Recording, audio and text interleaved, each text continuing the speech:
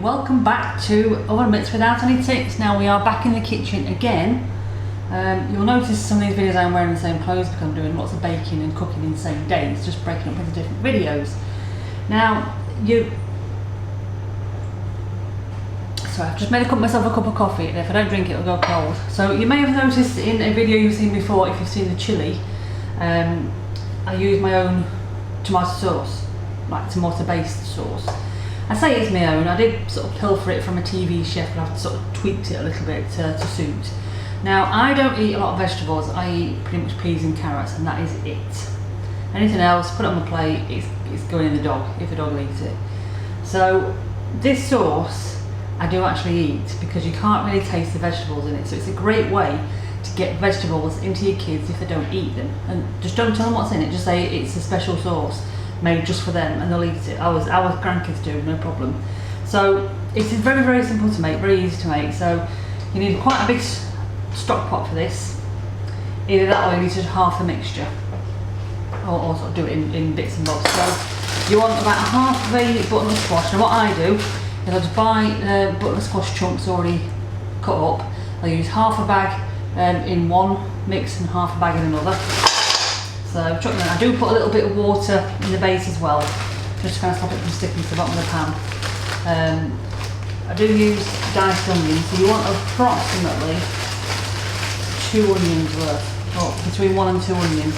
Again, you can sort of tweak it to your taste. If you don't like it things too oniony, you can sort of tweak it. I mean, I'm not going to lie, you don't really taste it in it. That's the idea of it, really. You don't really taste a lot of the vegetables. So you want 2 leeks. And again, I don't like these. I don't use a whole leek either. I just go loosely chop them. You literally are loosely chopping all this. It doesn't need to be in a specific way. It doesn't have to be perfect because you're going to render it all down in the stock pot for altogether probably about an hour. So just lob it all in. You want 2 decent sized leeks in there. I only put 1 courgette in, but I think the original recipe you put 2 in. Sometimes I can taste a little bit too much courgette flavour. That sounds stupid. So sometimes when I make it, it is a little bit too flavoursome. So I've tweaked it to make it just like a tomato sauce now, and you can't really taste it. You want 2 chunks of celery, 2 sticks of celery. And I can hear people screaming at the monitor saying, I don't like celery, and you know you are, because I spoke to you the other day. You won't taste it, I guarantee you. You will not taste it. I might put 3 carrots in, just because I thought, well, I quite like carrots, so I may as well put a few more in. You don't want to cut these too thick because they will take longer to cook down. Everything else does cook fairly quick, but the carrots, because they're quite a solid vegetable, they do take a little bit longer to melt down. So cut them into fairly thin-ish pieces. And watch your fingers when you're chopping. And your last bit to go in is 2 peppers. Sometimes I put green peppers in, sometimes red peppers. It's just whatever's either in the fridge or in the packet that I get.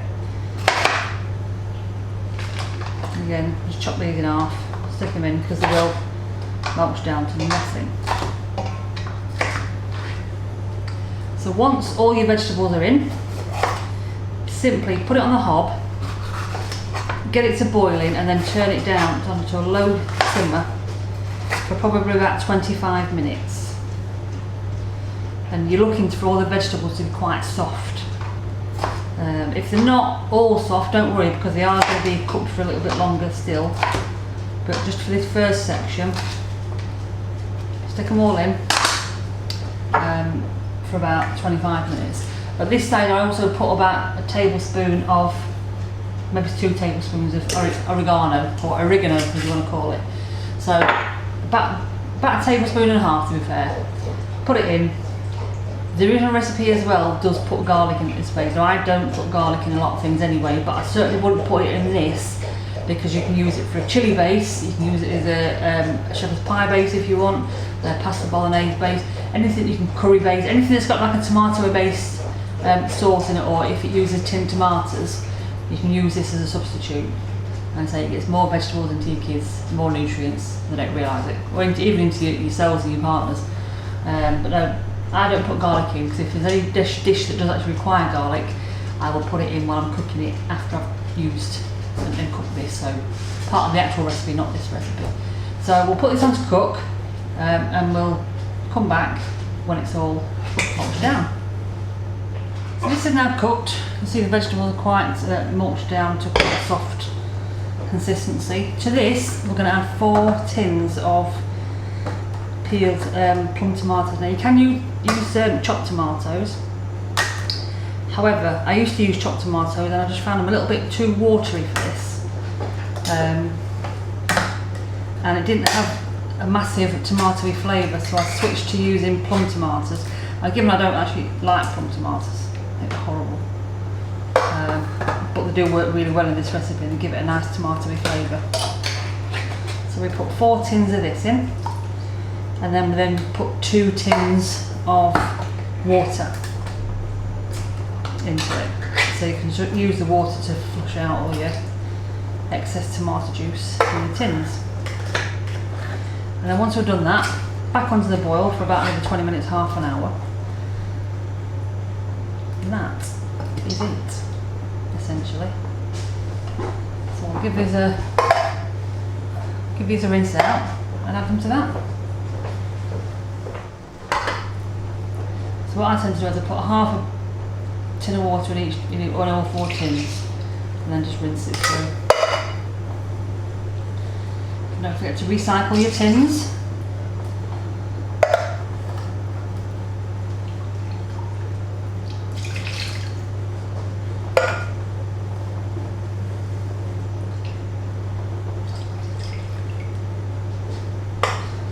Give that a stir, just to kind of mix the tomatoes up with the vegetables that are already in there.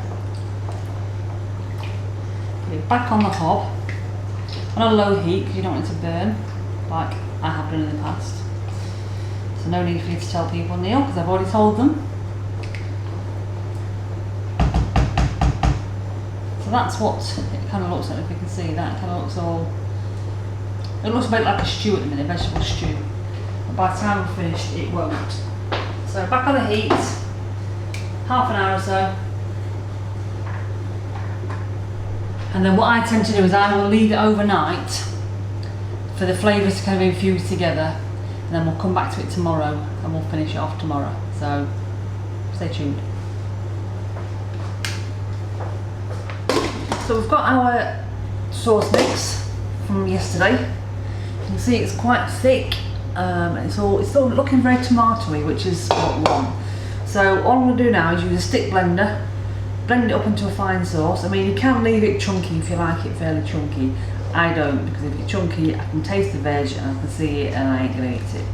So blend it up into a smooth paste, and then all we're going to do then is use a ladle, measure them out into like these little plastic pots, about 400 grams per pot. If you get a little bit more than 400, a little bit left over, just top your pots up so it might be slightly more. So we'll get this blended up, get it in these pots, and I'll show you what it looks like. And I have to say, this new hand blender that I've got is amazing. It's a Braun multi something or other, and you basically just get the different attachments for the one. This is it, I'll show you. This is the main bulk of it, and you just put your different attachments on. I've just used it for the first time with a hand blender, with a stick blender. Fantastic. It gets it really, really smooth.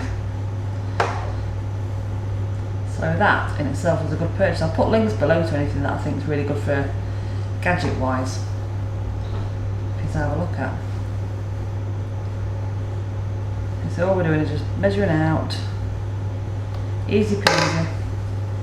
But you can see it's just looks like a tomato sauce, and it generally is all it tastes like as well. So honestly, Even if you don't like vegetables, give it a try, because if I can eat it, anyone can eat it. But all I'm doing now is once I've got it all measured out, it'll be put in the freezer, and then just take it out when you want to use it and defrost it. So I'm going to leave one of these out because I'm using it for my recipe for tea tonight, and the rest will go in the freezer. I have got a few in there anyway, but I thought as I'm starting to use quite a bit more at the minute, I'll make a fresh batch and show you how I make it.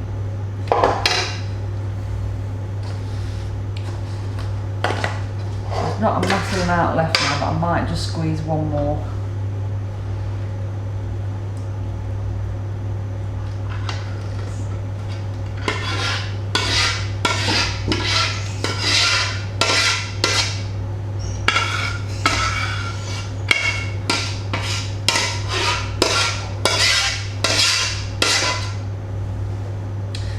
Just shy of 400 grams, so that'll do me. So all that vegetables makes for seven meals worth of tomato sauce. So it is well worth doing. It's well worth keeping in the freezer, because you never know when you're going to need a tomato sauce base. So that's all for today. I'll put the recipe for this at the end and the instructions on how to actually make it. But if you've liked it, hit the button, hit the subscribe, and we'll see you next time. Catch you later.